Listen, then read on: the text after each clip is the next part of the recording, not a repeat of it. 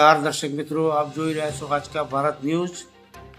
પાટણ ઓઢવા ગામના પ્રકાશભાઈ હેમાભાઈ પરમાર નામક યુવક વ્યાજના ત્રાસથી, મારું નામ ગોવિંદભાઈ રાઠોડ, સામાજિક અગ્રણી હતા।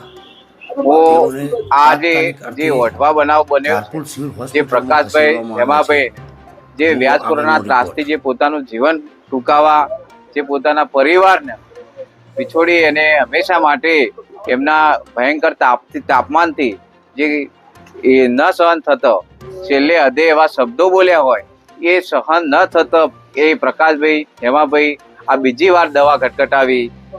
તો મેં સરકારને રિક્વેસ્ટ કરું છું, અને એ બાબતમાં અગાઉ પણ એ નોકરી જે જેલાલ 14/2/2024 ઘરે આવેલા, અને એ પણ એ ફરીથી ઉઘરાણી કરેલી જે ગફુરભાઈ, તો એ બાબતની એ સરિયત પોલીસ સ્ટેશને જઈ અને જે વિજયભાઈ સાહેબને મળેલા અને એમને કીધું કે સારું, અમે તમારા પાસે કોઈ નોટરી હોય તો આપો।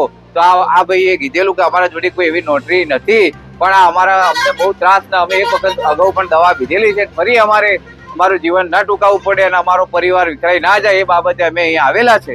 તો એ બાબતે પોલીસે કોઈ ગંભીરતા ના લીધી અને ગફુરભાઈનો નંબર માંગેલો, અને ગફુરભાઈનું નામ, તો એ નંબરથી લઈને એને શું શોર્ટકટ કરી એ આપણે ખબર નથી, પણ પોલીસે કોઈ ગંભીરતા લીધી નહીં। તો ફરીથી આવ્યા 26 તારીખે ઘરે આવ્યા, 26/2 અને 27 તારીખે એ ગફુરભાઈ પોતે ઘરે આવી અને ધામ ધમકી આલી અને છેલ્લા શબ્દો બોલ્યા કે તું પૈસા જો ના આપી શકતો હોય તો તારી બહેરી મારા ઘરે મેલી જા। આવા ગંભીર શબ્દો બોલતો આ પ્રકાશભાઈને લાગી વળગતો પ્રકાશભાઈ એમના ઘરમાં કે મારું ખેતર એમને અડાણું આપ્યું હતું 2 લાખમાં, પણ એ 2 લાખની સામે અત્યારે એમને કેમ તમને ધમકી આપી? સાહેબ, એના અગાઉ 2-3 વ્યાજ ગણવાનું ચાલુ કર્યું 10% લેખે। આ ભાઈએ એ વ્યાજની મુદ્દલના એવજમાં 7 લાખ રૂપિયા આપી ચૂકેલા છે। તે છતાં ઉપરાંત પણ એ વ્યક્તિ એમના ઘરે જઈ અને અપશબ્દો બોલી અને ઉઘરાણી કરે છે, અને તેના કારણે આ ભાઈએ ઝેરી દવા પી અને પોતાનું જીવન ટૂંકાવવાની કોશિશ કરી હતી। Reporter Iqbal Shah, Aajka Bharat news, Patan. શું નામ છે તમારું? પરમાર હરગોનભાઈ જયાભાઈ પરમાર, ગામ ઓઢવા। પ્રકાશભાઈ, તમારું શું થાય છે? પ્રકાશભાઈ મારા મોટા ભાઈ છે। તમારું શું કેવું થાય છે?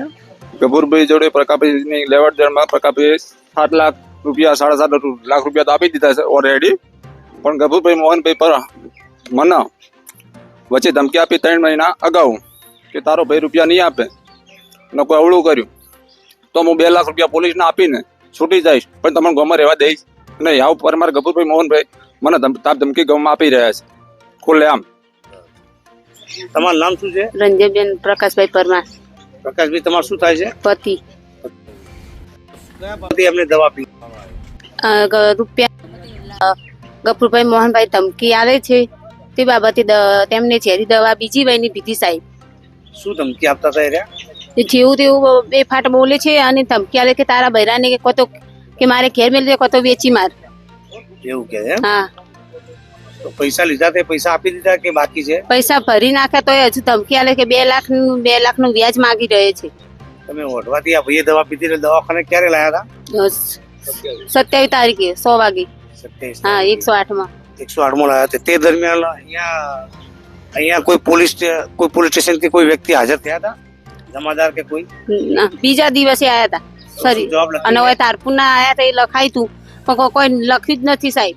જે અમે કીધું એ તો લખ્યું જ નહીં, વ્યાજ લખાયું તો એ લખ્યું નહીં, તાપ ધમકી આલી જે અમે કીધું એ લખ્યું જ નહીં સાહેબ। પોલીસે તમારો કોઈ જવાબમાં તમારા કેવા પ્રમાણે નથી લખ્યું, તમારે કેવું એવું છે? હા, એમ જ। તમે આક્ષેપ કરો છો કે સાચું છે? સાચું છે, સાચું છે। તો આ ભાઈ પ્રકાશભાઈ જેમાભાઈ પરમાર જે ઓઢવા ગામના વતની છે, જેઓએ દવા પીધી હતી જીવન ટૂંકાવા, એમના પત્ની હતા। એમનું પત્નીનું કહેવું એવું છે કે અમે જે જવાબ લખાવ્યો તે પોલીસે અમારો જવાબ લખ્યો નથી, અને પોલીસની સામે અમે જે બી રજૂઆત કરી એના અનુસંધાને કોઈ